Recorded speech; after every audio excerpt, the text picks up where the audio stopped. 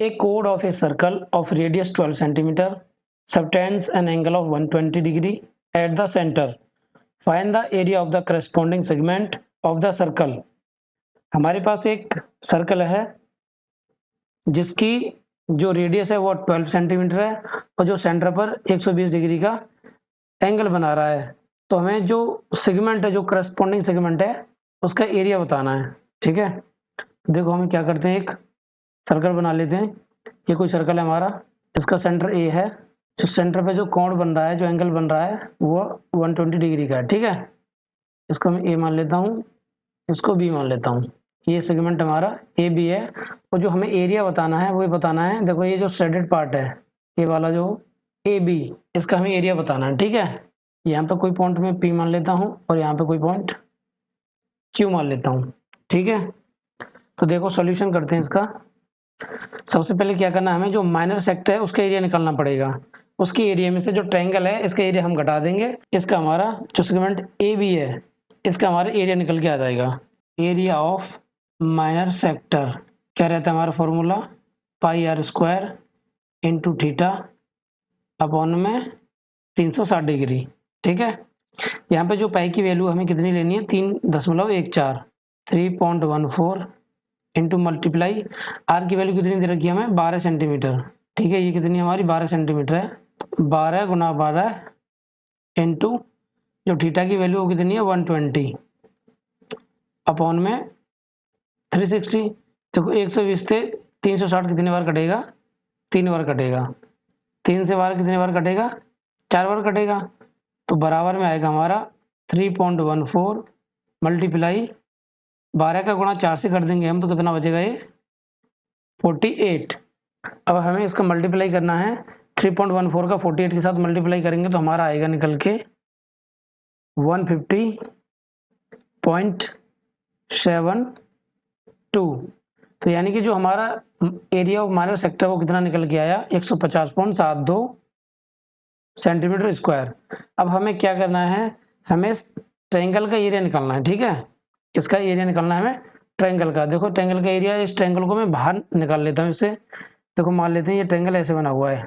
ठीक है, ये हमारा कितने 120 का है, ये 12 है, ये भी हमारा 12 है। ये देखो ओ है, ये ए है, ये बी है। तो देखो हमें निकालना है इसका एरिया। हम क्या करते हैं इसका एरिया निकालने के लिए, इसमें एक परपेंडिकुलर डाल देंगे यहाँ से बीच में से। ठीक है, जिसको मैं नाम देता हूँ यहाँ पे एम, ओ एम। ठीक है, ये यहाँ पे 90 डिग्री का एंगल बन गया और ये भी हमारा यहाँ पे 90 डिग्री का एंगल बन गया। तो हम क्या करेंगे, पहले ओ एम की वैल्यू निकालेंगे। ठीक है, ओ एम की वैल्यू निकालेंगे। ठीक है, और देखो जो ये जो एंगल रहेगा हमारा, ये वाला एंगल हमारा कितना बन जाएगा, 60 डिग्री का, क्योंकि इसको हमने बाइसेक्ट किया है। ठीक है, आधा किया है इसको, तो ये 60 डिग्री का एंगल बच जाएगा हमारा।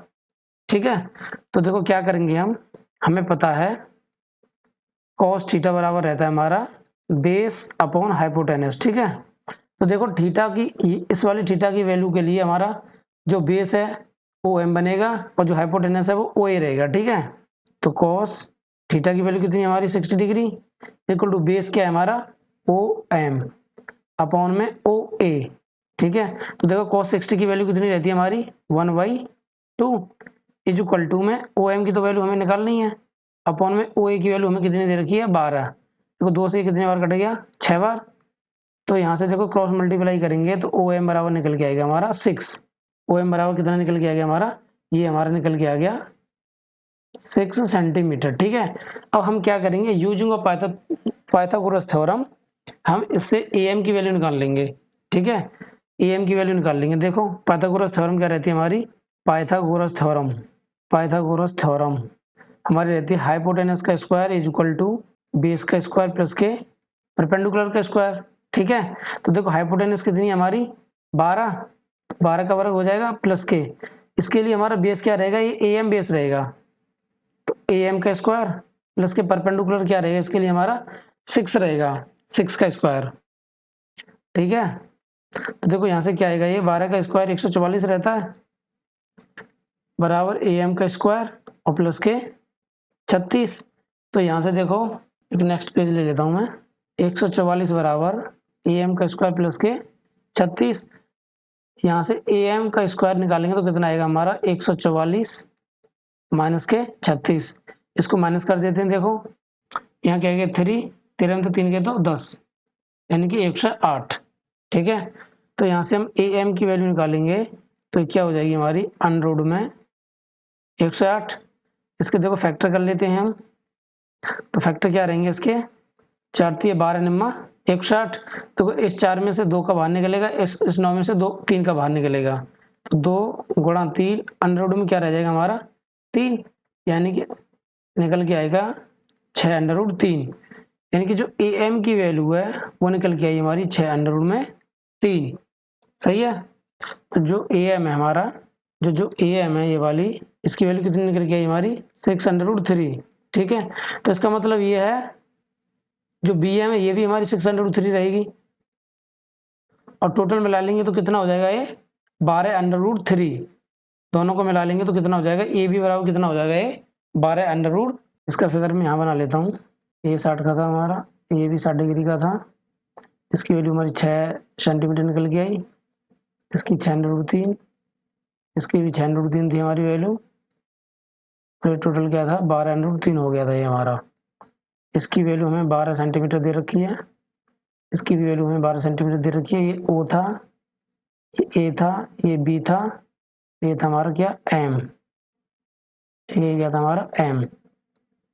सही है, तो हम क्या करेंगे, ये राइट एंगल ट्रायंगल हो गया देखो, क्योंकि ये 90 डिग्री का है, ये भी 90 डिग्री का है, तो राइट एंगल ट्रायंगल का जो एरिया होता है वो क्या रहता है, area of right angle triangle equal to क्या रहता है 1.2 बेस इंटू हाइट। ठीक है, या तो देखो 1.2 बेस क्या है हमारा 12 अंडर रूट 3 इंटू जो हाइट है हमारी वो कितनी है 6 है। देखो 2 से 12 6 बार कट गया, बराबर कितना आ गया 36 अंडर रूट 3 आ गया। देखो 36 गुणा अंडर रूट 3 की वैल्यू 1.73 रखेंगे, और 36 का 1.73 के साथ गुणा करेंगे तो 62.28 आएगा। इसका कितना आएगा 62.28 सेंटीमीटर स्क्वायर। ठीक है, अब हमें निकालना है करस्पॉन्डिंग सेगमेंट का एरिया निकालना है हमें, तो area of segment AB equal to क्या आएगा, देखो जो हमारा सेक्टर था उसका एरिया क्या आया था निकल के 150.72, इसके एरिया में से 150.72 माइनस के 62.28, इसका एरिया माइनस करेंगे तो कितना आंसर आएगा हमारा निकल के 88.44, ये हमारा एरिया निकल के आएगा इतने सेंटीमीटर स्क्वायर। ठीक है, यही हमारा आंसर रहेगा। अगर आपको मेरी वीडियो अच्छी लगे तो मेरे चैनल को जरूर सब्सक्राइब करें और लाइक करना बिल्कुल ना भूलें। जय हिंद, जय भारत।